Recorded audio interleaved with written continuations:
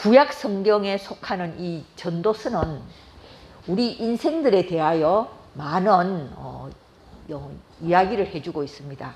첫째는 인생이 헛되다는 것입니다. 인생이 허무하다는 겁니다. 우리가 살면서 다 느끼는 거지요. 나이가 들수록 참 인생이 헛되고 허무하다는 것을 많이 느낍니다. 이러한 헛된 인생, 허무한 인생을 살면서 어떻게 우리가 살아야 정말 최고의 삶, 유익한 삶을 살 수 있나, 우리에게 유익한 삶에 대한 이야기를 해주는 책이 바로 이 전도서입니다. 그래서 전도서를 많이 읽으면은 인생에 대한 그런 허무함을 극복하게 되고 또 헛된 인생을 우리가 살면서 어떻게 하면 나에게 유익이 되는 그런 삶을 살 수 있나, 그런 지혜에 관한 것을 기록하고 있는 책이 바로 이 전도서입니다. 오늘 본문 16절을 보면은 재판하는 곳에도 악이 있다는 것입니다. 또 정의를 행해야 하는 곳에도 악이 있다는 거예요. 그러니까 이 세상에는 다 악이 존재한다는 것입니다. 왜냐하면 우리 인간이 하는 그 모든 일들에는 완전하지 못하기 때문입니다. 우리 인간이 죄인이기 때문에, 완전한 인간이 못 되기 때문에 인간이 하는 일,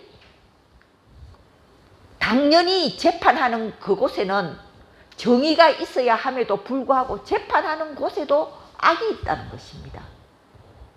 우리가 살아가는 이 세상 현실이 그런 거니까 재판하는 곳에도 악이 있다고 해서 좌절하지 말라는 것입니다.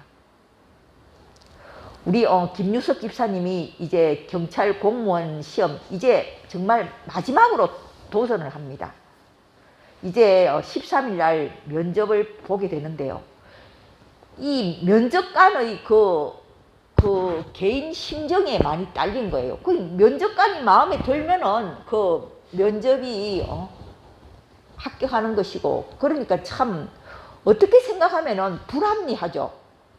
불합리하고 공평하지 못한 그런 게 다 있다는. 그럼에도 불구하고 우리 하나님을 믿는 사람들은 좌절하지 말라는 것입니다. 공평하지 못하다고 해서. 원래 이 세상은 그런 세상이기 때문에. 그러니까 어느 곳에든지, 재판하는 곳에든지 정의를 행해야 하는 그곳에도 불합리하고 악이 있을지라도 우리 하나님을 믿는 자녀들은 좌절하지 말라, 낙심하지 말라는 것입니다. 그리고 17절을 보면은 내가 내 마음속으로 이르기를 의인과 악인을 하나님이 심판하시라니, 하나님의 심판은 반드시 있다는 것입니다. 하나님의 그 공평하신 심판은 반드시 때가 되면은 하나님께서는 의인과 악인을 심판하시기 때문에 우리는 그 하나님께 소망을 두는 자는 이 세상의 불합리한 현실에 대해서 결코 좌절하지 말고 낙심도 하지 말고 두려워하지도 말라는 것입니다. 18절을 보면은 내가 내 마음속으로 이르기를, 인생들의 일에 대해서 하나님이 시험하신다. 하나님은 우리의 일을 통해서 우리를 시험하신다는 것입니다. 시험이라는 것은 뭐냐 하면 우리를 연단시키는 거예요. 우리의 믿음을 순수한 믿음으로, 깨끗한 믿음으로, 귀한 믿음으로 세우시기 위하여 하나님께서는 우리 인생들의 일에 대하여 사람을 시험하신다는 것입니다. 시험을 당하지 않는 인생은 아무도 없습니다. 우리가 하나님 앞에 이렇게 시험을 당하는 것은 오늘 여기 성경 말씀에 기록된 대로 사람이 짐승과 다름이 없는 줄을 깨닫게 하려 함이라. 사실 우리 사람이 짐승과 다름이 없죠. 먹고 마시고 싸고. 오히려 짐승보다 못한 인간들이 얼마나 많이 있습니까? 요즘 왜 사람들이 반려견을 많이 키웁니까? 사람보다 낫기 때문이에요. 그래서 사실 우리 이 인간들에게 있어서 하나님의 은혜와 사랑을 제하고 나면은 우리는 사실 짐승과 다름없는 그런 존재라는 것입니다. 그래서 성경에서는 말합니다. 깨닫지 못하는 자는 짐승과 같다. 짐승과 같다는 거예요. 우리가 하나님의 말씀을 들으면서 늘 깨달음이 있어야 돼요. 깨달음이 없는 자는 짐승과 같다는 것입니다.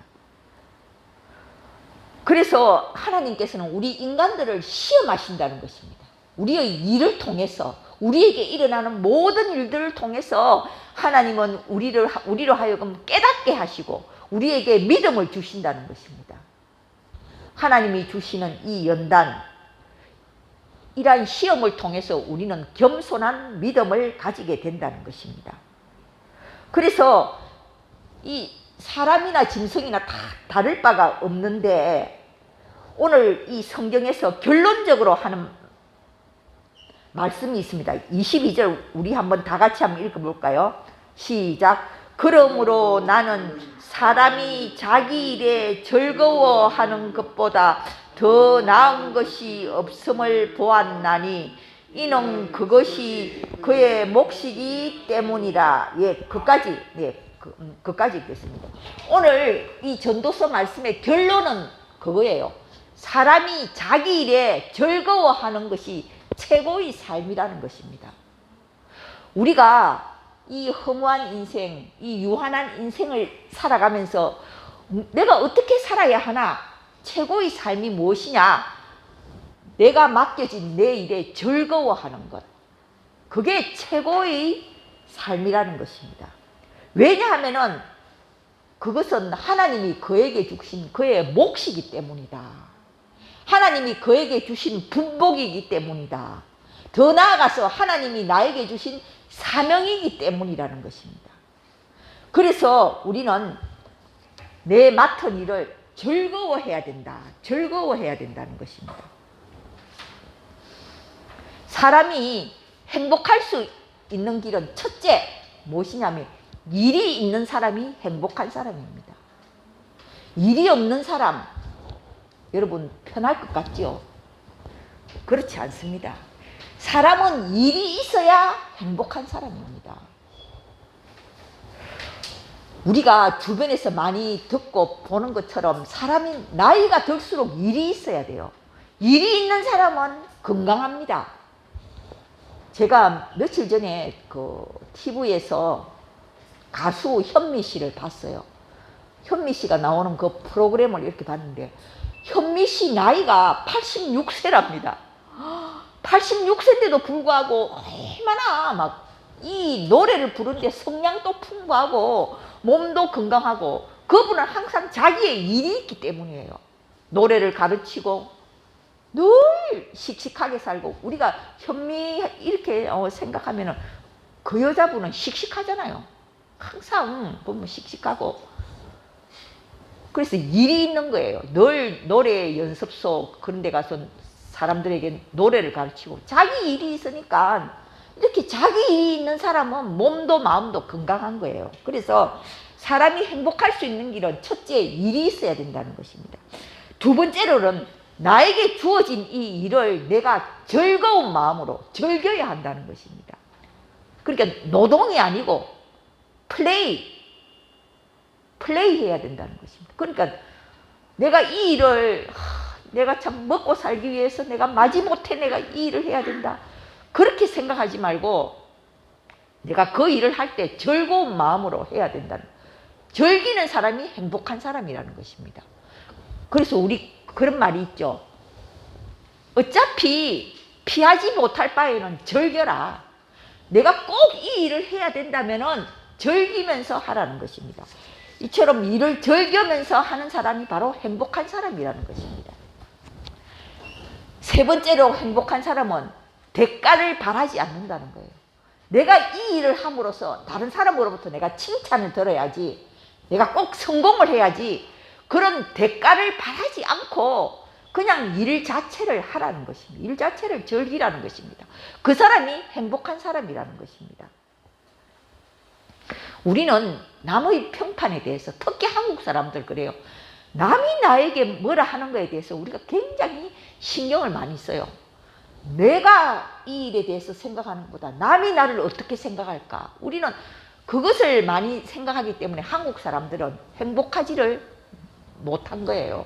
오히려 외국에 나가면은 옷도 자유롭게 입고 화장도 하지도 않고, 우리 호주에 있는 여동생이 와서 하는 말이, 호주 사람들은 여자들이 화장을 잘 안 한대요. 그냥 생긴 대로 이렇게 산다는데 왜 한국 사람들은 꼭 화장을 해야 되고, 밖에 나갈 때는 반드시 화장을 해야 되고, 그렇게 우리 한국 사람들은 너무 남의 눈을 너무 많이 의식한다는 거죠. 그래서 남의 눈을 의식하지 않고, 남이 나에게 뭐라고 하든지 그걸 신경 쓰지 않고, 대가를 바라지 않고 내가 그 일을 하는 것, 바로 그것이 행복한 지름길이라고 합니다. 마태복음 20장을 보면은 그 유명한 포도원 품꾼 비유가 나오고 있습니다. 예수님께서 천국에 관한 그 비유를 말씀하시면서 포도원 품꾼 비유를 말하고 있습니다. 자, 이 포도원 주인이 말합니다. 포도원에 모두 다 와서 일을 하라고 합니다. 일을 하라. 우리 하나님은 일을 하시는 분이에요. 예수님께서도 그런 말씀하셨잖아요. 요한복음 5장 17절에서 예수님께서 내 아버지께서 일하시니 나도 일한다. 내 아버지께서, 하나님도 일하시니 나도 일한다. 우리는 일하러 이 세상에 태어난 거예요. 뭐 놀고 먹는 거는 좋지는 않습니다. 우리 직장 다니는 우리 둘째 아들은 막 직장 나가기 그냥 싫어가지고 자기는 돈 많이 벌면은 회사 그만두는 게 꿈이라고 일하는데, 제가 생각할 때는 일하는 게 그래도 좋은 거지, 놀고 먹는 것이 뭐가 그리 좋은지. 요즘 젊은 사람들은 사고가 좀 이상해요. 보면은 한탕해서 직장 그만두고 한번 시컷 놀자. 우리가 그런 생각을 하면 안 되죠. 이 성경과는 정말, 성경의 가치관하고 지금 반대로 가고 있는 것이 바로 이 우리가 살아가는 이 세상입니다. 그래서 예수님께서도 말씀하셨어요. 내 아버지께서 일하시니 나도 일한다. 예수님이 이 말씀을 하셔서 유대인들로부터 얼마나 많이 핍박을 받았는지 모릅니다. 그래서 그 포도원 품꾼 비유에 보면은 모두 다 포도원에 와서 일을 하라. 포도원 주인이 그렇게 말을 합니다. 그러자 이제 아침 9시에도 사람들이 일을 하러 오고, 또 12시에도 일을 하러 오고, 또 3시에도 일을 하러 오고, 또 마지막 마감 시간 1시간을 앞두고 5시에도 사람들이 일을 하러 왔던 것입니다. 이제 품삯을 계산할 때 이 집주인이 말합니다. 제일 마지막에 온 사람부터서 품삯을 계산을 해요. 그런데 제일 마지막에 온 사람은 1시간밖에 일을 못했거든요. 그런데도 그 사람에게 한 데나리온을 주는 것입니다. 그것을 본 아침 일찍 온 사람, 9시에 온 사람은 마음속으로 생각합니다. 아니, 저 사람은 1시간밖에 일을 하지 않았는데도 한 데나리온을 주는 걸 보니 나는 많이 받겠구나, 그렇게 기대를 했어요. 그런데 집주인은 이 아침 9시에 온 사람에게도 똑같이 한 데나리온을 주는 것입니다. 그러자 아침 일찍 온 사람이 집주인을 향해서 원망을 합니다. 아니, 저 사람은 1시간밖에 일 안 했는데도 한 데나리온을 주는데 왜 하루 종일 떼약 밑에서 고생을 한 나에게는 저 사람과 똑같이 줍니까? 이렇게 집주인을 향해서 원망을 합니다. 그때 이 주인이 하는 말을 잘 들어보십시오. 친구여, 내가 너에게 잘못한 것이 없노라. 너는 나와 한 데나리온의 약속을 하지 않았느냐? 너 것이나 가지고 가라. 너희 것이나 가지고 가라. 끝입니다. 그리고는 하나님의 뜻은 절대적인 거예요. 하나님과 우리와의 약속은 절대적인 것입니다. 개인적인 약속이에요. 그런데 내가 다른 사람은 왜 저렇게 많이 줍니까? 물론 그 사람이 생각할 때는 불공평하죠. 자기는 하루 종일 일을 하고도 1시간 일한 사람과 똑같은 임금을 받으니까 그 사람 생각으로는 불공평한 거죠. 그러나 하나님의 뜻은 그게 아니라는 거예요. 내 뜻이다. 1시간밖에 일하지 못한 저 사람도 한 데나리온을 주는 것이 나의 뜻이라는 것입니다. 우리는 때로는 하나님의 뜻을 이해할 수가 없을 때도 많이 있죠. 그러나 하나님의 뜻은 절대적인 것입니다. 하나님의 뜻은 너는 너 것이나 가지고 가라. 다른 사람과 비교하지 말라는 것입니다. 다른 사람의 일에 상관하지 말라는 거예요. 우리는 이 포도원 품꾼 비유에서 우리에게 주는 교훈이 있습니다. 일하라는 것입니다. 모든 사람이 일을 하라는 것입니다. 기회를 놓친 사람도 와서 일을 하라는 것입니다. 일을 하는 것이 하나님의 뜻이라는 것입니다. 그리고 일을 할 때 대가를 바라지 말라는 것입니다. 일 자체가 은혜라는 것입니다. 나에게 일이 주어졌다. 그것 자체가 벌써 은혜요. 일할 때도 은혜로 하라는 것입니다. 즐거운 마음으로, 감사하는 마음으로 일을 하라는 것입니다. 그리고 일을 끝낼 때도 은혜로 끝마쳐라는 것입니다. 이게 바로 우리를 향한 하나님의 뜻이라는 것입니다. 우리는 때로는 우리가 열심히 기도하고 해도 응답이 되지 않을 때 우리는 하나님께서는 놀고 계시는가? 하나님은 일하시지 않는가? 우리는 그렇게 생각할 때도 많이 있지만 우리가 그렇게 생각할 때도 불구하고 하나님은 늘 일을 하세요. 우리가 믿음을 가지고 끝까지 견디기만 하면은 하나님은 우리를 향하여 새 일을 행하시는 분이라는 것을 믿으시기 바랍니다. 그래서 우리 믿음이라는 것은 결국은 인내입니다. 인내. 우리가 끝까지 하나님을 신뢰하고 견디내면은 하나님은 반드시 새 일을 행하시는 분이시라는 것입니다. 빌립보서 2장 13절을 보면은 너희 안에서 행하시는 이는 하나님이시니 하나님의 그 기쁘신 뜻을 위하여 너희에게 소원을 두고 행하게 하신다. 하나님의 소원이 어디에 있습니까? 우리에게 있다는 거예요. 우리가 바로 하나님의 소원이라는 것입니다. 우리가 하는 일을 통해서 하나님께서는 하나님의 소원을 이루어 가시는 것입니다. 우리가 자식을 낳으면은 그 자식을 향해서 소원이 있잖아요. 그것과 마찬가지예요. 하나님은 자녀인 우리들을 향해서 다 소원이 있다는 것입니다.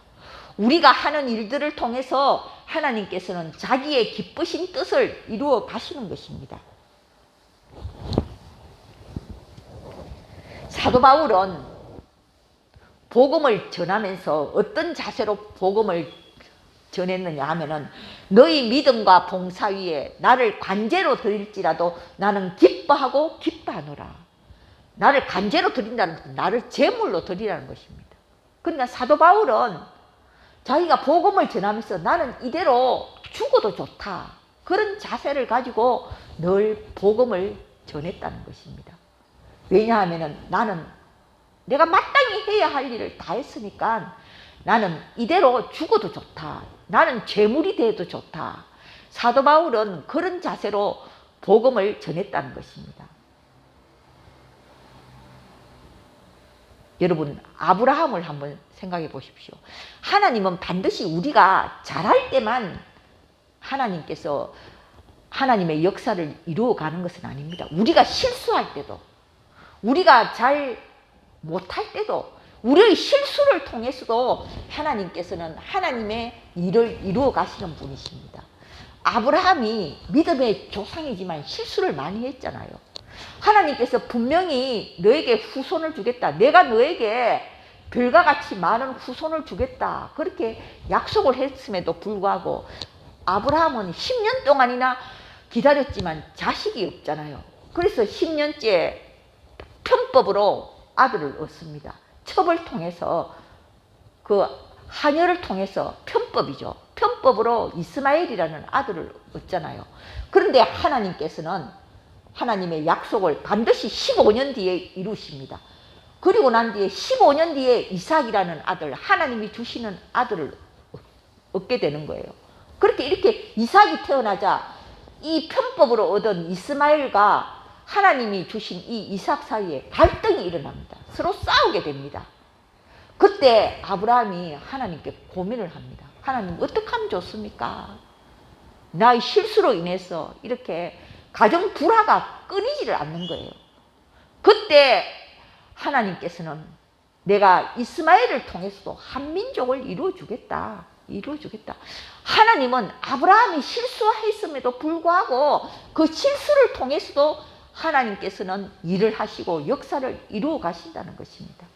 그래서 우리는 우리의 실수조차도 하나님께서는 다 합동하여 선을 이루시는 그런 분이라는 것을 깨닫고, 실수했다고 해서 내 믿음이 넘어졌다고 해서 너무 후회하지 마십시오.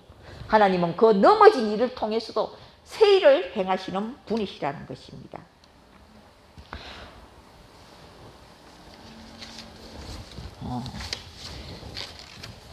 미국의 유명한 심리학자이며 정신과 의사인 샤를로테 케이슬이라는 분이 기쁨의 옆자리라는 아주 유명한 책을 썼습니다.